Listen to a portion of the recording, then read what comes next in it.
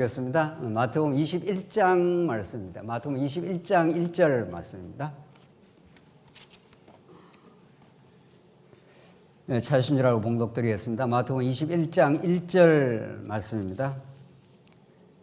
우리 하나님 말씀 마태복음 21장 1절입니다. 그들이 예루살렘에 가까이 가서 감람산 벳바게에 이르렀을 때 예수께서 두 제자를 보내시며 이르시되 너희는 맞은편 마을로 가라. 그리하면 곧 메인 나귀와 나귀 새끼가 함께 있는 것을 보리니 풀어 내게 끌고 오라.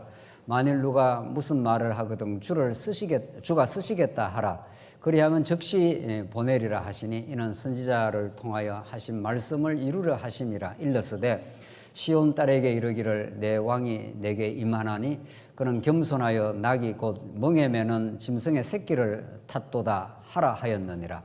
제자들이 가서 예수께서 명하신 대로 하여 나귀와 나귀 새끼를 끌고 와서 자기들의 겉옷을 그 위에 얹으매 예수께서 그 위에 타시니 무리의 대다수는 그들의 겉옷을 길에 펴고 다른 이들은 나뭇가지를 베어 길에 펴서 앞에서 가고 뒤에서 따르는 무리가 소리 높여 이르되 호산나 다윗의 자손이여 찬송하리로다. 주의 이름으로 오시는 이여 가장 높은 곳에서 호산나 하더라. 예수께서 예루살렘에 들어가시니 온 성이 소동하여 이르되 이는 누구냐 하거늘 무리가 이르되 갈릴리 나사렛에서 온 선지자 예수라 하니라. 11절까지 우선 봉독드렸습니다.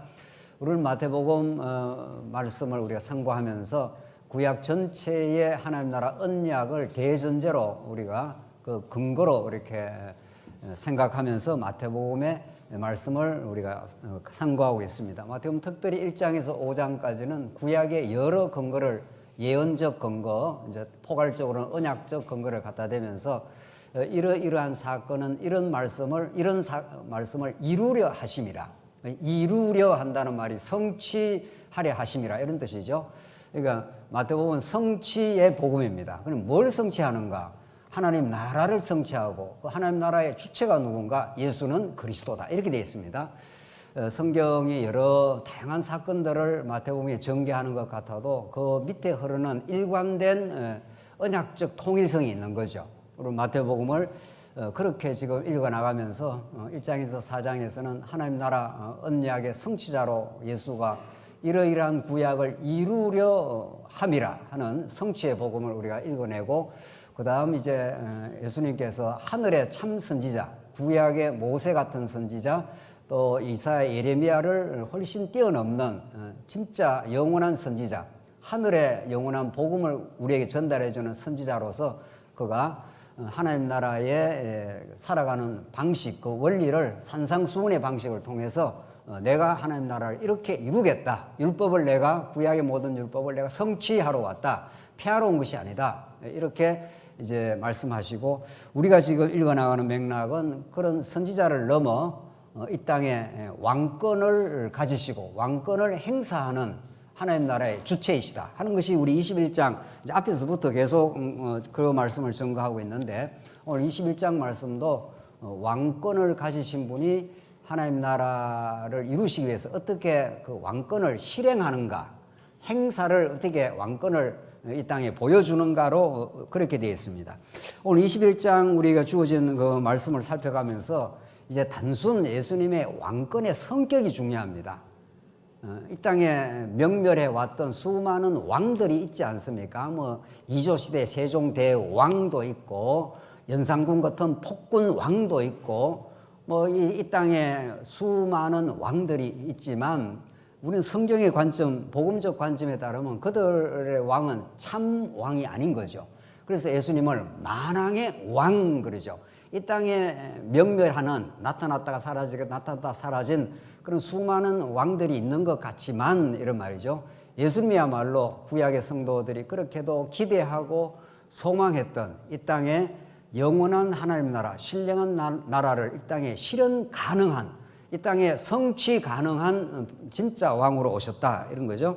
그래서 우리 지난 시간에도 맹인 두 사람을 고쳐주면서 맹인들이 다윗의 자손이여 다윗의 아들이여 우리 번역이 다윗의 자손 돼 있지만은 영어 원래 뜻은 son of David이니까 다윗의 아들이여라고 했지 않습니까? 그러니까 다윗의 아들로 예수님이, 다윗의 자손으로 예수님이 이제 오시는 거죠. 그러니까 다윗의 아들로 오셨다는 그 말 속에는 구약의 근거를 갖고 있는 거죠. 예수님이 뜬금없이 나타나신 분이 아닌 거죠. 예수님은 만세 전에 하나님 나라의 왕으로 이미 예정돼 있었고, 그걸 아담에게, 당신이 첫 아담에게 하나님의 형상으로 지은 아담에게 왕적 권세로 둘째 아담, 마지막 아담이 오신다는 것을 이미 예언이 언약이 돼 있는 거죠. 그것이 이제 다윗 시대에 진짜 하나님 나라를, 이스라엘 나라를 이루시고 하나님께 다윗에게 언약을 주셔서 네 아들을 통해서 집을 짓는다, 바이트, 성전을 짓게 하고 그 나라가 영원하겠다, 이렇게 다윗에게 딱 언약을 했지 않습니까? 그 언약을 근거로 지금 복음서가 진행이 되는 겁니다. 그러니까 이 맹인들은 눈을 못 보지만은 실제로 영적인 눈은 떠 있는 겁니다. 세상에 물리적인 생물학적인 눈은 떠 있어도 진리의 말씀을 통해서 예수 그리스도를 보지 못하면 그걸 맹인이라 그러는 거죠. 우리 지난 시간 예수님이 이 땅에 오신 것은 보는 자는 보지 못하게 하고, 자기가 보고 있다고 생각하는 사람 보지 못하게 감겨버렸고, 이제 보지 못하는 맹인이라고 생각하는 그 사람의 눈을 띄워준 거죠. 이 눈뜸이라는 게 얼마나 중요한 하나님 나라의 특징인지 모릅니다. 눈을 떴다는 거, 영적인 눈을 뜬다는 것은 이 보이는 현실만을 보는 게 아니라 보이는 것은 잠깐이요 보이지 않는 것은 영원함이라 하고 하는 그 영원 세계를 이제 바라보는 눈이 떠진 거죠. 오늘 21장은 그런 말씀에 이어서 이제 우리가 잘 아는 스가랴 예언에 근거해서 예수님께서 이제 어느 집에 들어가고 그냥 그 나귀하고 매여 있는, 나귀가 이제 줄에 매여 있는데 예수님이 두 제자를 보내면서 나귀하고 나귀 새끼가 함께 있는 것을 너희들 보게 되면 풀어가지고 내게 끌고 오라, 이렇게 하는 거죠. 그 예수님은 좀 이상한 거죠. 이게 오늘 세상의 도덕적 기준으로 보면은 남의 나귀와 남의 나귀 새끼를 그냥 돈도 안 주고 가져오라는 거 아니에요. 그러니까 예수님이 하시는 일은 세상의 도덕적 기준으로 판단할 성격이 전혀 아닌 거죠. 예수님이 무슨 남의 물건을 뭐 그냥 돈 안 주고 끌고 온다, 이게 그런 걸 이야기하는 게 아니라 당신이 지금 스가랴 예언을 성취하러 오신, 낙이 타고 이제 들어가야 되니까 스가랴 예언에 한번 보십시오. 4절부터 보시죠. 이는 선지자를 통하여 하신 말씀을 뭐 하신다고요? 이루려 하심이라. 성취 복음입니다. 성경은 이렇게 읽히는 거죠. 우리가 그동안 너무 강조해왔던 언약과 성취라는 그런 틀로 이 본문이 읽히는 거죠. 그러니까 무슨 말씀을 이루는가 하면은 이게 5절에 나오는 스가랴에 나오는 스가랴 9장 9절에 나오는 말씀입니다. 시온 딸에게 이르기를 내 왕이 내게 임하나니 그는 겸손하여 나귀 곧 멍에 매는 짐승의 새끼를 탔도다. 자, 그러니까 메시아가 왔는데, 왕이 왔는데 저분이 왕인지 아닌지를 어떻게 아느냐는 겁니다. 예수님이 똑같이 우리 인간의 모습을 가지고 왔기 때문에 그 구별이 안 되지 않습니까? 예수님이 직접 우리 여기 앞에 나타났다 하더라도 그걸 우리는 변별해낼 수가 없습니다. 똑같은 인간의 모습으로 오기 때문에 그렇기 때문에 이제 이분이 진짜 하늘의 왕으로 이 땅에 오신 분이라는 것을 여러 각도에서 이제 설명을 하는데, 그 중에 하나가 오늘 나귀를 타고 예루살렘 성에 입성하는 걸 보면 이분이 스가랴의 예언대로 진짜 만왕의 왕이시라는 걸 너희들에게 알게 해주겠다, 지금 그런 말이죠. 그렇게 나귀를 타고 입성하는 그 사건을 보여주시는 거죠. 그래서 오늘 본문에 나오는데 그는 겸손하여 했지 않습니까? 그는 겸손하여 나귀고 멍에 매는 짐승의 새끼를 탔다. 이게 나귀라는 건 이게 별 볼 일 없는 짐승 중에 하나죠. 진짜 왕이라면 이렇게 입성을 하면 안 되는 거죠. 그렇잖아요. 우리가 대통령, 이 땅에 이 조그만한 나라의 대통령이 뭐 취임식을 해도 뭐 그 취임식의 광경이 얼마나 어리어리합니까? 국회 뭐 그 의사당 앞에 외국에서 막 그 사절단이 오고 우리 국가의 대단한 뭐 어떤 고관 대작들이 앞에 절비하고 우리 백성들이 쫙 서 있고 말이죠. 이렇게 한 나라의, 이 작은 나라의 대통령만 되어도, 왕도 아니지 않습니까? 대통령만 되어도 그 왕의 입성, 왕의 취임식 이런 것들이 대단한 어떤 모습을 가지는데 예수님은 그렇지 않습니다. 이제 예수님이 그렇게 등장하시지 않는 거예요. 그러니까 예수님은 그 당시에 열심당원들, 과격한 그 제자들, 이 땅에 이스라엘 나라를 다윗 왕국처럼 복원해야 되겠다, 재건해야 되겠다, 이런 사람들이 그 시대에 얼마나 많은지 모릅니다. 왜냐하면 로마 치하 속에서 압제받고 도탄에 취하고 여러 가지 고통을 받고 이랬기 때문에 로마를 그 전복하는 그런 나라를 건설하겠다 이렇게 했는데 그들의 기대대로 오시지 않습니다. 예수님은 낙이 타고 초라한 방식으로 지금 등장하지 않습니까?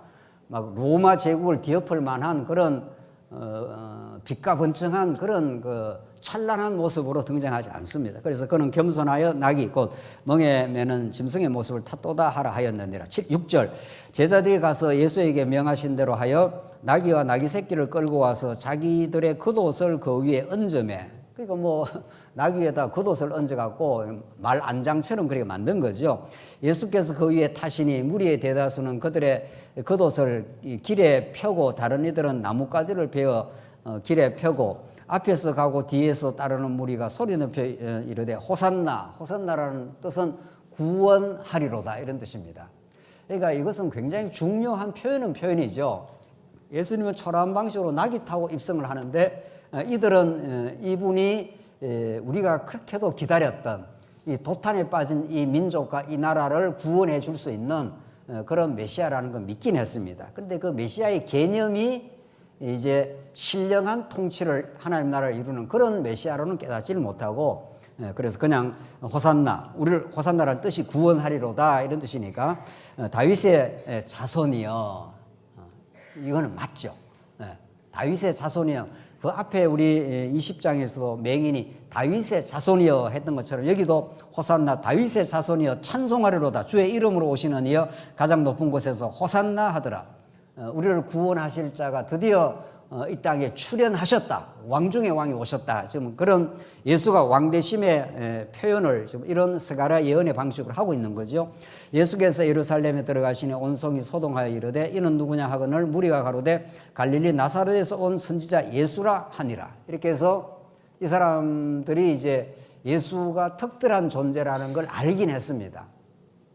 스가랴 이제 그 후반부를 보면은 스가랴 후반부는 이제 목자에 대한 단락이라 그럽니다. 스가랴가 목자라는 것은 이제 왕을 그 인도하는 자, 다윗 왕을 목자라고 표현을 하기도 합니다. 에스겔에서도 그러고 이제 이 스가랴 이 본문이 놓여 있는 이 스가랴 후반부의 맥락은 이제 목자 단락이라고 하는데.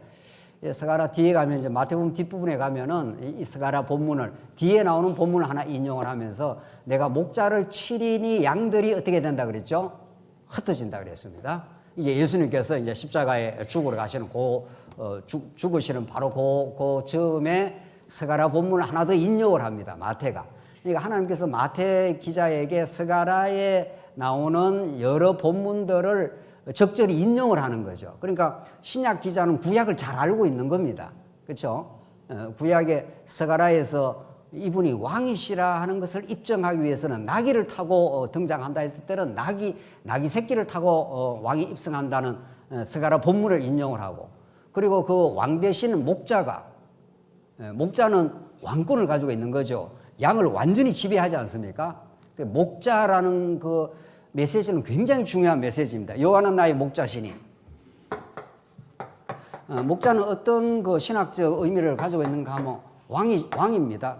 양을 자기가 완전히 인도를 해가는 거니까 목자가 그런 이미지를 가지고 있을 뿐 아니라 중요한 거는 지금 마태복음 오늘 맥락과 관계되는 중요한 것은 왕이지만은 우리 요한복음 10장에 예수님이 나는 뭐라 그러죠? 선한 뭐라고요? 목자라 그러지 않습니까? 예수님은 자기를 목자라 표현을 하죠. 이렇게 강도들은 양의 문을 뛰어넘어 들어오지만 나는 양의 문이고 양의 문으로 들어오는 자는 너에게 생명을 주는 진짜 선한 목자다 이렇게 말하지 않습니까?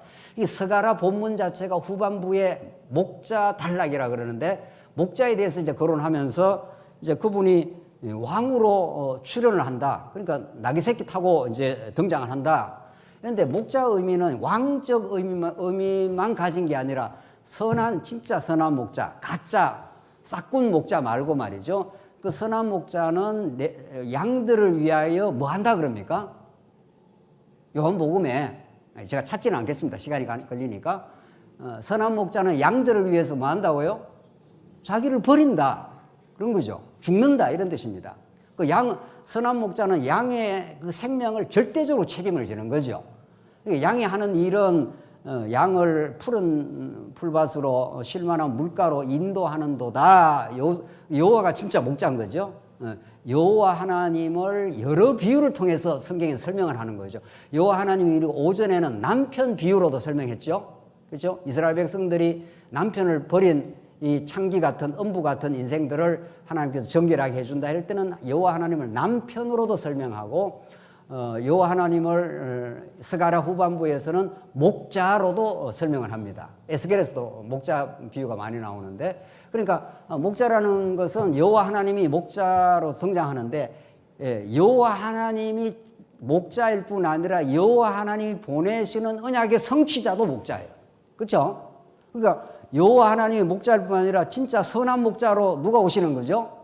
예수가 오는 거죠. 그러니까 여호와는 곧 예수 그리스도를 가리키는 거예요. 신학적으로 동등하다니까요. 여호와 하나님과 예수 그리스도는 신학적으로 동등해요. 동등한 분이라고요. 그러니까 목자라는 건 여호와는 나의 목자시니 내가 부족함이 없으리로다 할 때 여호와 하나님을 목자로도 표현하지만, 예수님이 자기가 뭐라고요? 나는 선한 뭐라고요? 목자라.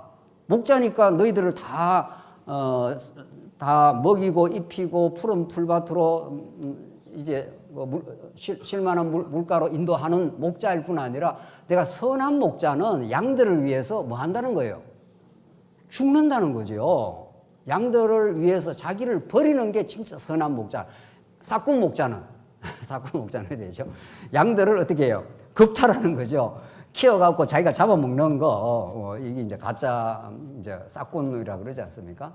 예수님은 그렇지 않다니까요. 그러니까 목자라는 것은 왕일 뿐만 아니라 뭐가 되겠어요? 당연히 양들 위해서 죽으니까 제물이 되는 거니까. 그러니까 우리 이 마태복음에 따르면은 제사직을 수행을 하는 거죠. 왕은 거느리고 다스린다. 양들을 그런데 왕일 뿐만 아니라 싹군 목자로 죽는다. 이렇게 되어 있습니다. 자, 그래서 오늘 이 21장만 우리가 보지 말고 조금 더 뒤에 가면은 스가랴 본문에서 스가랴 본문을 다시 인용하는, 예수님이 십자가에 죽으러 갈 때 내가 목자를 치리니 어떻게 해요? 양들이 다 흩어진다는 거죠. 또 실제로 그래, 예수님이 목자로서 십자가에 죽게 되면 제자들이 다 흩어지죠. 다 도망치지 않습니까? 다 도망치지만 예수님이 다시 불러 모으겠다. 자, 그래서 이 목자 이미지가 굉장히 중요한 이미지 중에 하나인데, 이제 하나님답게 아는 데 있어서, 자, 그래서 지금 스가랴 본문에 입각해서 예수님이 내가 진짜 왕으로 등장을 했다. 내가 왕권을 가지고 있는 존재다. 이렇게 하고 12절로부터 17절까지가, 자, 앞에 첫째가 왕으로 온다. 왕이 나귀 타고 올 것이라고 하는 예언의 성취인 거죠. 그 다음 두 번째 단락이 어떻게 되느냐는 거죠. 우리가 지금 이해하는 바에 따르면 한 단락 한 세 가지 단락 뭐 더 나옵니다. 오늘 뭐 시간이 한 이 정도 될 것 같은데, 이 세 가지 단락을 보지만 이 사건이 어떤 연속성이 있죠. 그렇죠? 이 사건이 연속성이 없으면 복음서는 굉장히 재미없는 책이 되는 겁니다.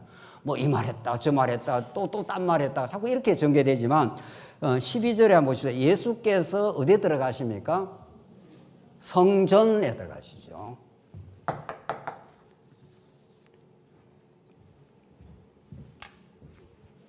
이게 얼마나 기가 막힌 마태복음의 이게 배치인가 하면은, 예수님이 내가 나귀 타고 등장하는 왕이다. 즉 내가 하나님 나라의 통치자다. 내가 진짜 이 땅에, 이 어두운 세상에, 타락한 세상에, 우리 오전 시간의 말씀에 따르면은 아담 타락 이후 혼돈과 무질서의 세상 속에, 이런 말이죠. 내가 하나님 나라 질서를 세우겠다. 이런 거죠. 예수님이 그렇게 오시는 겁니다. 이 땅에. 여러분과 저 가운데 우리의 심령 속에 내가 너희를 통치해주는 참된 영원한 신령한 질서의 나라를 내가 세우겠다. 이렇게 오시는 거죠. 근데 그 나라를 어떻게 세우느냐 이런 거죠.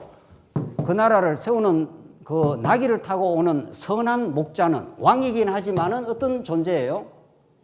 선한 목자는 양들을 위하여 어떻게 한다고요? 자기를 버립니다. 싹군 목자는 양을 이용하는 거고, 선한 목자는 양들을 위해서 죽어 우리에게 생명을 지켜주는 자, 생명을 수호해 주는 자, 이런 거죠. 이게 선한 목자라고요. 그러니까 왕직에 대해서 왕권의 행사에서 나오고, 그 다음 단락이 성전 메시지가 딱 나오지 않습니까? 그럼 우리가 눈치를 챌 수가 있죠. 우리는 하하, 이거 봐라, 왕이신 그분이 와서 행하시는 일이, 하나님 나라를 이루는 방식이 성전의 방식이라는 걸 우리가 감지할 수가 있죠. 본문이 그렇게 되어 있지 않습니까? 예수님이 성전 청결의 역사를 만들어 갑니다. 옛 성전, 건물 성전을 이제 폐해버리고 새 성전을 이 땅에 세우겠다. 이게 하나님 나라를 이 땅에 세우는 방식이라고요. 성전이라는 게 뭡니까? 죽고 살아나는 방식이죠. 제물 하나가. 보십시다. 예수께서 성전에 들어가서 성전 안에서 매매하는 모든 사람들을 내쫓으시며 돈 바꾸는 사람들의 상과 비둘기 파는 사람들의 의자를 둘러 엎으시고 그들에게 이르되 기록된 바 내 집은 기도하는 집이라 일컬음을 받으리라 하였거늘 너희가 강도의 소굴을 만드는도다. 그 예수님이 성전에 가가지고 갑자기 막 모든 걸 둘러 엎고 그 시대에 타락한 성전 말이죠. 돈으로 바꾸고 뭐 비둘기 팔고 어쩌고 저쩌고 해갖고 구약의 관행을 하긴 해요. 구약에 이제 양을 가지고 와야 되는데 멀리서 오고 하니까 그게 힘드니까 그냥 돈만 가지고 와서 재물을 사가지고 이제 할 수는 있죠. 구약 시대 때. 그러나 이미 성전의 참된 기능은 전부 다 사라져 버렸습니다. 이 시대에. 이 시대 껍데기 이제 성전 기능만 있는 거죠. 진짜 하나님을 의뢰하거나 하나님의 용서를 받기 위해서 성전에 오는 게 아닙니다. 전혀 아닙니다. 이 시대는 전혀. 예. 그러니까 성전을 통해서 장사꾼들이 지금 판을 치는 이런 시대가 되어버린 거예요. 부패하고 타락한 성전이 되어버렸죠. 그러니까 예수님께서 그걸 둘러 엎으시는 거죠. 예수님이 무슨 붕괴를 해갖고 둘러 엎는 게 아니라 내가 참 성전이야. 이거 가짜 성전, 옛 성전 이게 다 이제 끝났어. 옛 성전의 시대를 종료시키고 내가 진짜 성전으로 왔다 하는 것을 지금 보여주는 표적적 사건이면서 그 3절에 중요한 건 내 집은 기도하는 집이라 이렇게 되어 있지 않습니까? 이 명제가 얼마나 중요한 명제인지 모릅니다. 내 집 했지 않습니까? 이게 구약에 나오는 이사야에 나오는 하나의 방식을 지금 인용을 한 건데 이때 집이라는 게 구약에서 집이라는 바이트라는 거 제가 여러 번 이야기했죠. 바이트라는 그것은 굉장히 중요한 신학적 의미, 복음적 의미를 가지고 있습니다. 그러니까 집이라는 것이 단순 하우스, 우리 집이라 물론 하우스라는 집이 뜻이 있습니다. 그러나 신학적으로 복음적으로는 구약에서 하나님이 내 집에 내가 거처를 하겠다 그럽니다. 하나님이 이 우주가 하나님이 거처하는 집입니다. 사실은. 그렇잖아요. 이 광활한 우주가 하나님이 통치하고 하나님이 거하는 집이라 그래요. 거처라는 거예요.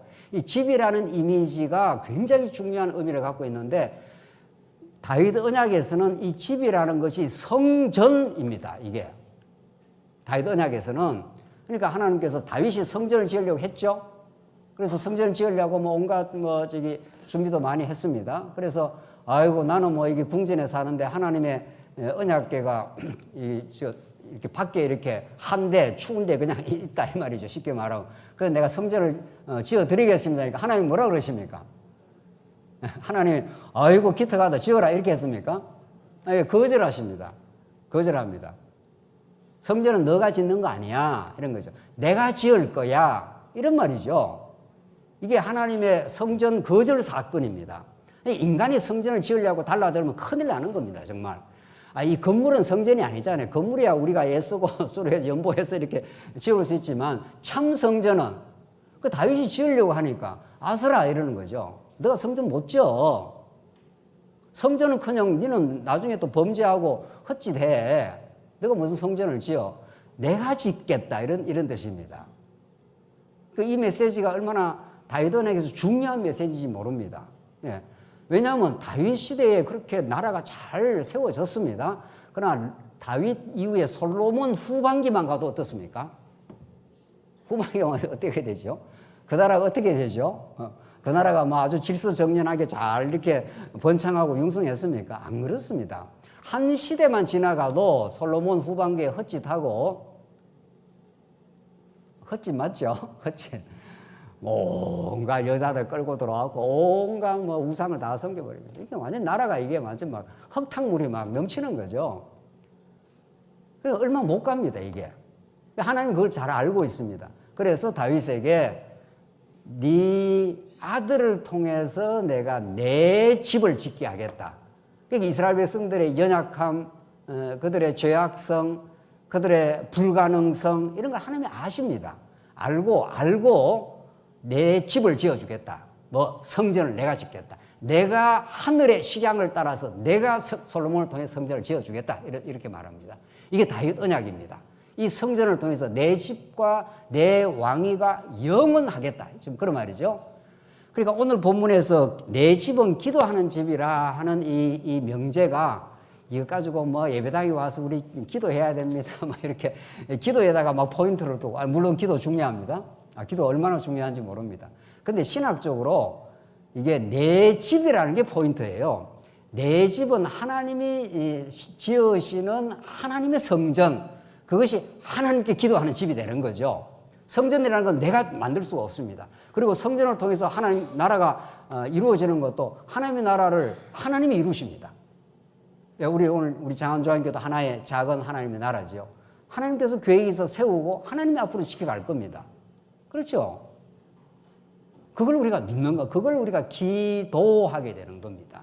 그러니까 우리가 하는 일은 말씀과 기도밖에 없습니다. 딱 원리적으로 말하면. 우리가 뭐 이거 해야 된다, 저거 해야 된다, 교회를 하려면 저거 해야 된다. 그건 다 부수적이고 따라 나오는 거지.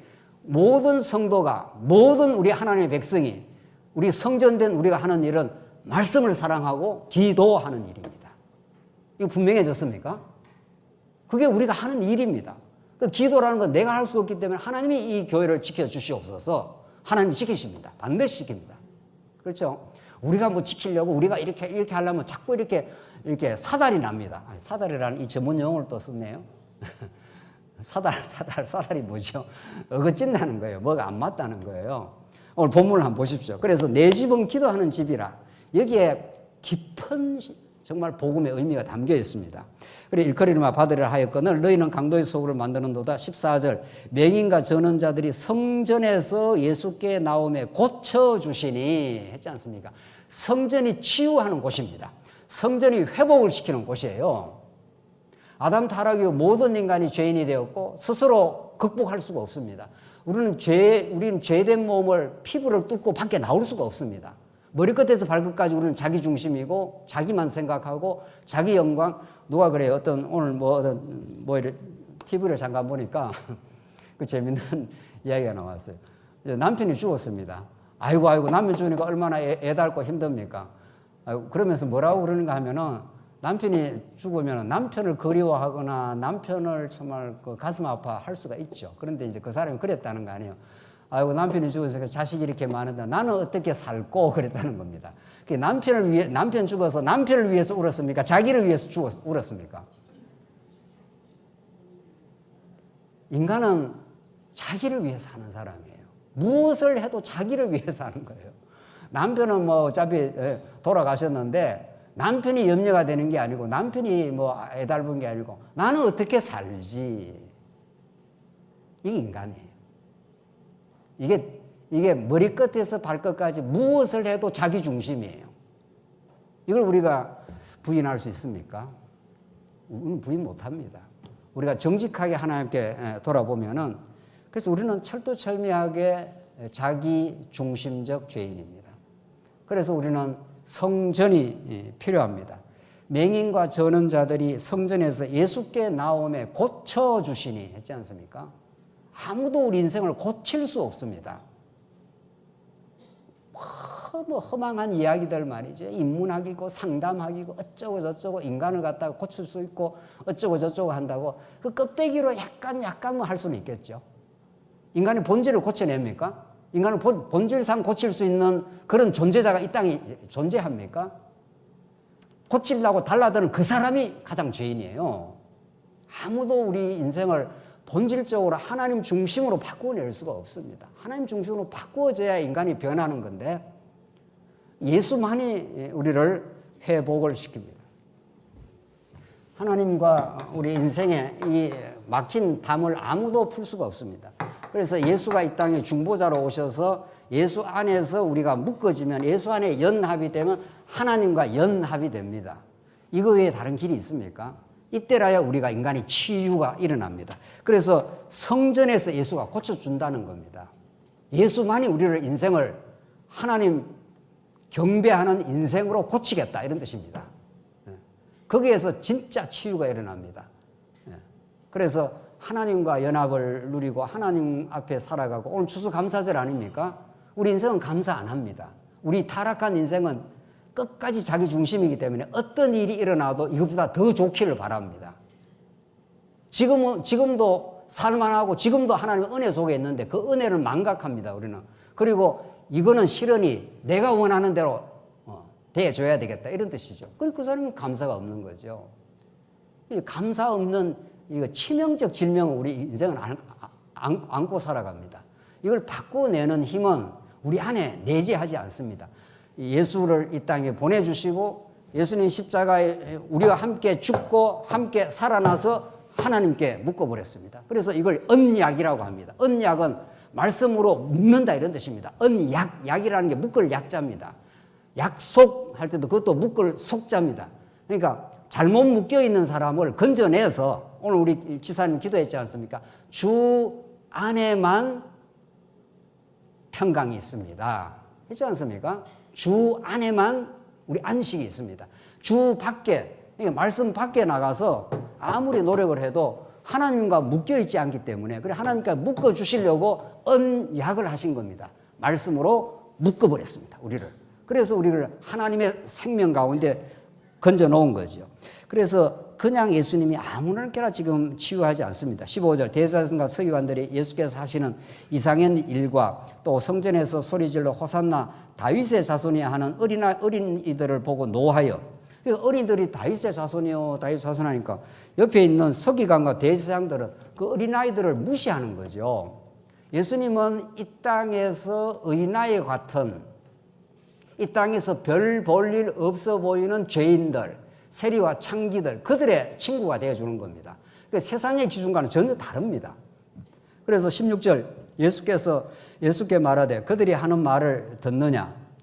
예수께서 이르시되 그렇다. 어린 아기와 젖먹이들의 입에서 나오는 찬미를 온전하게 하셨다 함을 너희가 읽어본 적이 없느냐 하시고 그들을 떠나 성 밖으로 베다니에 가서 거기서 유하시니라, 이렇게 되어 있죠. 그러니까 예수님이 이 땅에 오셔서 대제사장들, 그 당시 종교 지도자들의 눈에는 그게 안 보이는 겁니다. 예수님이 하시는 일이.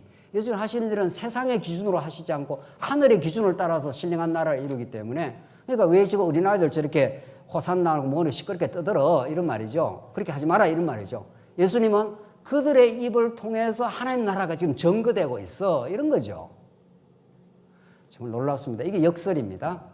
여러분과 제가 힘을 모으고 뭐 능력 있는 사람들이 군집을 하고 돈이 많이 모이면 이 땅에 하나님 나라가 확장될 것 같습니까? 전혀 아닙니다. 이 땅에 재벌도 많고 돈 많은 사람도 많고 얼마든지 있습니다. 얼마든지. 물론 하나님께서 그 사람들도 택자가 있으면 하나님이 쓰시겠지만, 원리적으로 말하면은 안 되는 것처럼 보이는 일들을 통해서 하나님이 일을 하십니다. 오늘 본문의 말씀처럼 어린아기와 젖먹이들의 입에서 나오는 찬미를 온전하게 하셨다 함을 너희가 읽어보지 못하였느냐. 그래서 우리는 세상 방식이 아니라 하늘의 방식으로 하나님 나라를 이루심, 이걸 믿는 사람들입니다, 우리가. 그렇죠? 우리 교회가 하나님의 뜻을 우리가 점점 깨달아가고 우리 하나님의 복음을 땅끝으로 전파되게 된다면은 어린아이와 젖먹이의 입들을 통해서, 그러니까 세상 사람들이 볼 때는 저거 뭐 아무 일도 못 하겠어, 이러지 않습니까? 그 사람들을 역사에서 하나님 역사를 하신다는 겁니다. 본문 하나를 인용하겠습니다. 역대상 17장 한번 봅시다. 역대상 17장 12절 한번 보겠습니다. 그는 나를 위하여 집을 건축할 것이요 나는 그의 왕위를 영원히 견고하게 하리라. 나는 그의 아버지가 되고 그는 나의 아들이 되리니 나의 인자를 그에게서 빼앗지 아니하기를 내가 전에 있던 자에게서 빼앗음과 같이 아니할 것이며 내가 영원히 그를 내 집과 내 나라에 세우리니 그의 왕위가 영원히 경고하리라 하셨다 하라. 이게 다윗 언약입니다.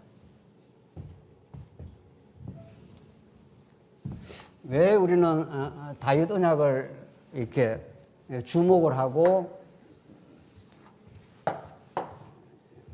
이게 아브라함 언약이고 아브라함 언약이 이제 구약의 역사의 그 첫 출발입니다. 그다음 이제 모세 언약이 있고 다윗 언약이 있습니다.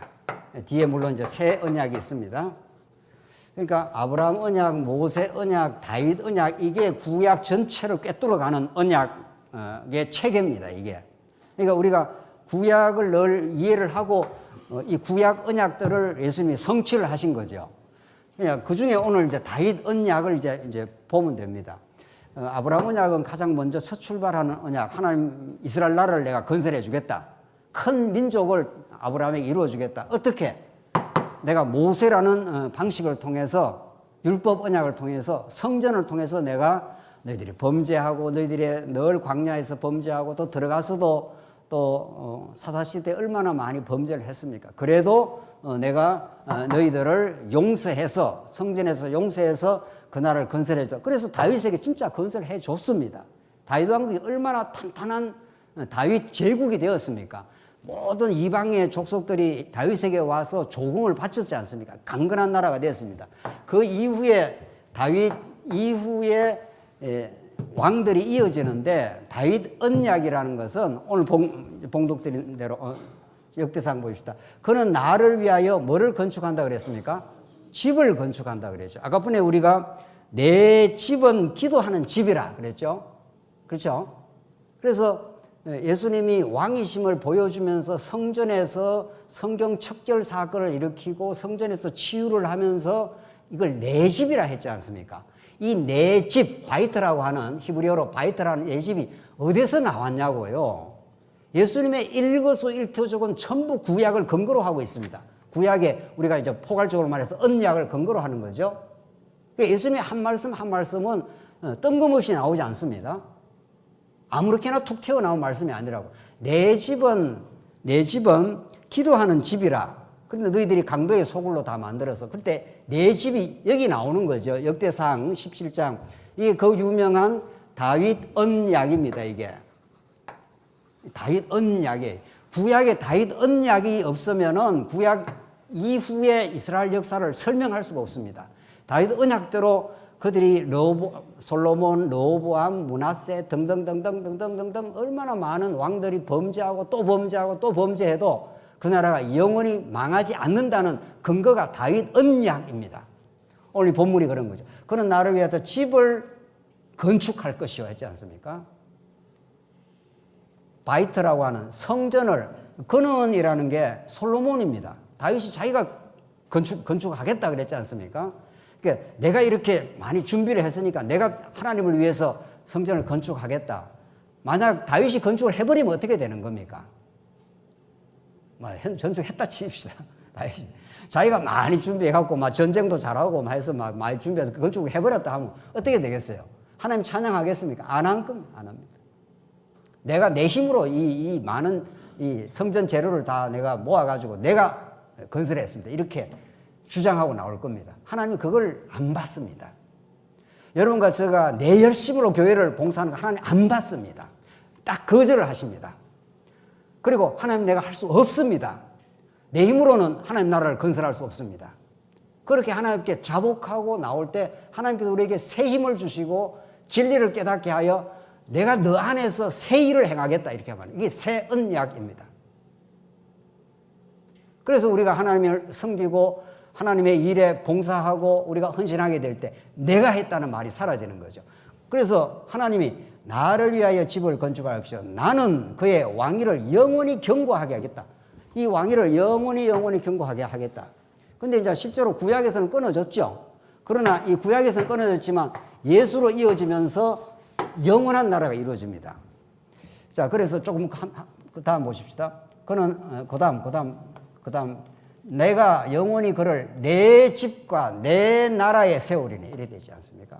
그 내 집이라는 바이트라고 하는 예수님께서 여기서 말씀하시는 내 집은 기도하는 집이라 하는 것은 다윗 언약을 근거로 한 거죠. 그래서 다윗 언약을 우리가 중시하지 않으면 이 후대를 우리가 설명할 길이 없고, 예수님이 오셔서 다윗의 자손으로 오셔서 영원한 하나님 나라를, 이 땅이 아니라 하늘에 속한 하나님 나라를 이루실 것이라는 근거를 우리가 확보할 수가 없습니다. 그래서 내 집과 내 나라를 세우리니 그의 왕위가 영원히 경고하리라 하셨다 하라, 이렇게 되지 않습니까? 그렇죠? 그래서 전에 이 다윗 언약에서 우리가 충분히 주목을 못하게 되면은 이 후대 이스라엘 역사와 다윗의 자손으로 오셔서 이 땅에 속한 나라가 아니라 하늘에 속한 나라를 하나님 이루십니다. 그렇게 해서 진짜 예수님이 왕으로 오시되 성전의 방식으로 이 나라를 영원히 세우겠다, 이런 말이죠. 오늘 이 본문의 핵심은 그가 나귀를 타고 오는 왕이지만은 그가 성전을 세워서 성전을 통해서 하나님께서 이 나라를 세워주겠다. 그러니까 아까 보니 우리가 목자라고 그랬잖아요. 예수님이 목자로 오셨지 않습니까? 우리 양떼들을 인도하고 살피고 다스리는 왕 같은 목자이지만, 선한 목자는 어떻게 하신다고요? 자기를 버립니다. 자기의 생명을 버려서 우리를 살려내는 제사장적 왕인 거죠. 그 예수를 믿으면 여러분과 저도 왕 같은 뭐가 되는 거죠? 제사장이 되는 거죠. 우리가 왕이에요. 왕 같은 제사장이라고요. 하나님 나라에서 예수님의 아들이 하나님의 왕이 됐으면 그게 붙은 바 되면 우리도 왕이 된 거죠. 왕인데 어떤 왕이라고요? 왕 같은 뭐라고요? 제사장이니까. 제사장은 하는 일이 뭡니까? 자기를 버려 다른 생명을 살리는 역할을 하는 거죠. 그걸 우리는 왕 같은 제사장의 섬김이라고 말하는 거죠. 우리가 다른 지체를 위해서 섬기는 것은 우리의 능력이 아닙니다. 우리는 다른 지체를 참으로 순수한 의미에서 섬기는 존재가 아닙니다. 우리는 죄인이기 때문에 다른 지체를 내 뜻대로 통제하려고 하기도 하고, 이 통제 성향이 우리 인간 속에 뿌리 깊이 배어 있습니다. 조그만 힘이 있고 조그만 세상 지식이 있으면 다른 사람을 통제하고 싶은 겁니다. 위에 서고 싶은 겁니다. 그러나 예수 그리스도는 성전에서 그 일을 행하셨습니다. 오늘 마지막 단락, 이른 아침에 성으로 들어오실 때 시장하신지라 길가에서 한 무화과 나무를 보시고 거리로 가사 잎사귀 밖에 아무것도 찾지 못하시고 나무에게 이르시되 이제부터 영원토록 내가 열매를 맺지 못하리라 하시니 무화과가 곧 마른지라. 이게 무화과를 적석에서 말라 죽이는 사건입니다. 제자들이 보고 이상히 여겨 이르되 무화과가 어찌하여 곧 말랐나이까? 예수께서 이르시되 대답하여 이르시되 내가 진실로 너에게 이르노니 만일 너희가 믿음이 있고 의심하지 아니하면 이 무화과에게 된 이런 일만 할 뿐 아니라 이 산들어 들려 바다에 던지라 하여도 될 것이요 너희가, 마지막 문단인데 뭐 할 때입니까? 기도할 때에 무엇이든지 믿고 구하는 것을 다 받으리라. 뜬금없이 기도가 왜 이 단락의 마지막에 나옵니까? 그러니까 이걸 우리가 신학적으로 깊이 있게 읽지를 못하면은 뭐 이 말했다 갑자기 또 무화과 나무를 저주했다가 마지막에는 기도하라고 그러고 뭐 이렇게 이 단락이 끝난다는 거죠. 그러나 이 단락은 이렇게 아무렇게나 조합된 말씀이 아니라 이미 예수님께서 왕이심을 보여주시고 낙이 타고 가시고 성전에서 내 집은 기도하는 집이라 그랬죠. 그렇지 않습니까? 내 집은 기도하는 집이라는 건, 기도라는 건 하나님의 주권과 하나님의 능력과 언약의 신실함을 전폭적으로 의지하는 겁니다. 그렇죠? 그 교회 와서는 말씀과 뭐밖에 없다고요? 기도밖에 없는 겁니다. 원리적으로 말하면. 그게 우리의 모든 신앙생활의 원리입니다. 말씀과 기도밖에 없습니다. 그럼 우리 봉사도 안 하고 아무것도 안 해도 교회가 돌아가나? 그게 없다는 말이 아니라 우리가 원칙적이고 원리적이고 복음적으로 말하면 말씀은 하나님의 언약대로 세상과 교회의 머리가 돼서 이 교회를 통치하겠다 이런 뜻이죠. 말씀이라는 것 자체가. 그렇지 않습니까? 말씀은 내가 왕이다 이런 말이죠. 내가 왕이야. 이 우주를 내가 상속자가 되어서 예수님이 만유를 통치할 뿐 아니라 만유 가운데 만물 위에 교회를 내가 통치를 하는 왕이다. 그 왕은 성전의 방식으로 내가 너희들을 치유하겠다. 너희 죄를 용서해주고 새로운 인생을 만들겠다. 그래서 무화과 나무를 적석에서 말려버린 사건은 앞에 옛 성전을 제거를 해버리겠다. 이제 옛 성전을 소멸시키고 새 성전으로 내가 왔다. 이런 말씀이에요. 그래서 새 성전으로 오게 되면은 이 산을 들어서 저 바다에 던져라 하여도 될 것이다. 옛 성전, 옛 산, 시온, 구약의 신의 산, 구약의 그런 시온산이 아니라 예수님이 산상수훈에서 하늘의 메시지를 전가하면서 내가 진짜 율법을 성취하러 왔다. 이런 거죠. 그래서 이 하나님의 나라는 내 능력으로 내 언약에 근거해서 이 땅에 나라를 세우는 나라다. 너희가 할 수 있는 일은, 너희가 하게 될 일은 기도다. 이런 거죠. 그렇게 내 집은 기도하는 집이라는 앞에 메시지가 오늘 그 다음 단락에 무화과 나무에서 마지막에 너희가 기도할 때 무엇이든지 믿고 구하는 것은 다 받으리라 하시니라. 이때는 뭐를 기도하죠? 여러분과 제가 뭘 기도하라고 그러죠? 하나님 나라와 어떻게 해요? 그의 의를 구하라. 그게 기도예요. 이것저것 힘들고 어려우니까 이것 내 뜻대로 해주세요. 이거 어려운 문제 해결 좀 해주세요. 이거는 뭐 예수 안 믿는 사람들 얼마나 열심히 합니까?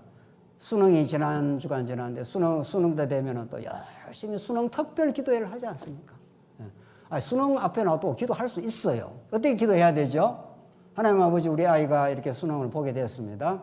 하나님 뜻 가운데 평안을 주시고 하나님 뜻 가운데 잘 시험 보게 하시옵소서. 그 결과에 대해서 하나님 뜻으로 받아들이게 하시옵소서. 뭐 이렇게 기도를 할 수 있죠. 그렇죠? 그런데 서울 시내마다 수능 특별 기도회가 이루어지면은 뭐라고 기도하죠? 아니, 뭐라고 기도하냐고요. 하나님, 우리 자식이 오늘 시험을 내일 보니까 어떻게 해달라. 다른 자식들은 다 떨어질지라도 내 자식은 내가 원하는 학교에 꼭 되게 해달라고. 하나님이 그 기도를 들으시겠어요? 하나님이 야, 네 속판을 봐라. 너가 날 구하냐, 네 욕망을 구하냐. 안 들어요, 그런 기도. 아이고, 그래도 시험이 되던데요, 그렇게 기도해도. 그게 이제 망조가 되는 거죠. 자기 욕망대로 되면 그게 망조가 되는 겁니다, 그게. 그게 하나님 다 잊어버리고 살면 그게 무슨 의미냐고요. 자, 우리가 진짜 복음으로 돌아갈 이유가 있습니다. 진짜 기도로 돌아갈 이유가 있습니다. 오늘 하나님 나라의 왕으로 이 땅에 오시고 참 성전으로 오셔서 그가 참된 선한 목자가 되어서 우리를 위해서 죽습니다. 선한 목자는 너희를 위해서 죽어 내가 너희를 살리겠다. 그래서 우리를 진정한 치유가 되시고 이제 옛 성전의 시대를 무화과가 바짝 그 자리에서 죽어버리는, 말려버리는, 그래서 옛 언약의 시기, 옛 성전, 건물 성전 시기를 다 종료를 해버리고 새로운 성전의 시기, 하나님 나라로 이 땅에 통치하러 이 땅에 내가 왔다. 그 하나님의 나라를 하나님의 능력으로 이루실 것을 믿고 기도해라. 이런 말이죠. 그 기도대로 그대로 된다. 반드시. 그러니까 여러분과 제가 하나님의 뜻을 믿고 하나님이 어떤 삶에, 어떤 공경에, 어떤 삶에 어려움이 와도 내 안에서 하나님을 더 의지하고 진짜 하나님으로 충만한 행복을 누리는 하나님 나라가 우리 안에, 우리 교회 안에 이루어지게 하시옵소서. 이 기도 이루어집니까? 안 이루어집니까? 예? 반드시 이루어집니다. 이거는 기도한 대로 이루어집니다. 기도한 대로. 그러니까 그 반드시 이 언약대로 하나님 나라에 관한 언약을 이루실 것을 우리가 믿고 그렇게 범사에 기도하는 거죠. 그 영혼 속에 얼마나 마음의 평강이 임하는지 모릅니다. 하나님, 내 삶이 내 뜻대로 안 된다 하더라도 내 안에 이미 찾아오시고 내 안에서 일하고 계시고 내 안에서 하나님 나라를 이루어 가시는 하나님 한 분으로 내 인생의 의미와 가치를 삼겠습니다. 그렇게 이루어지실 것을 이미 믿습니다. 이런 거죠. 그럼 반드시 이루어지는 거니까. 그렇게 우리가 기도할 때 우리 모든 우리의 삶의 복잡다단한 내 뜻은 안 된다고 해서 악악대고 우리가 비명 지르고 힘들어하는 그 모든 걸 정리를 할 수가 있습니다. 옛자아가 살아있으면 끝까지 내 뜻대로 하려는 거 아니에요. 예수님은 성전에서 옛사람을 함께 죽어버렸습니다. 옛자아가 없는 겁니다. 우리는 이제 김아무개 이런 사람 없습니다. 박아무개, 최아무개 이런 거 없습니다. 이제 우리는 예아무개만 있죠. 이 깊은 내용을 잘 모르시나요? 예 아무개, 예수께 붙은 사람, 예 아무개만 있어요. 얼마나 마음에 자유가 있습니까? 하나님 뜻대로 하나님 나라가 이루어집니다. 이렇게 믿음 생활 하게 하시려고 이 복음을 주셨습니다. 이 복음 안에 참된 승리가 있기를 바랍니다. 기도하겠습니다. 하나님 아버지 은혜를 감사합니다. 하나님 나라로 이 땅에 예수가 그리스도로 오시고 이 땅에 참 성전으로 오셔서 이 옛 성전, 옛 건물을 다 폐하시고 우리 안에 부활의 성전으로 찾아와 주셔서 너무도 감사합니다. 우리 영적인 눈을 뜨게 하시고 이 현실 넘어 살아계신 하나님의 손길과 보이지 않는 그 영원한 세계가 이미 찾아왔음을 믿고 그렇게 어려운 광야길 속에서도 소망 가운데 승리 생활하게 하시옵소서. 예수님 이름으로 기도하옵나이다. 아멘.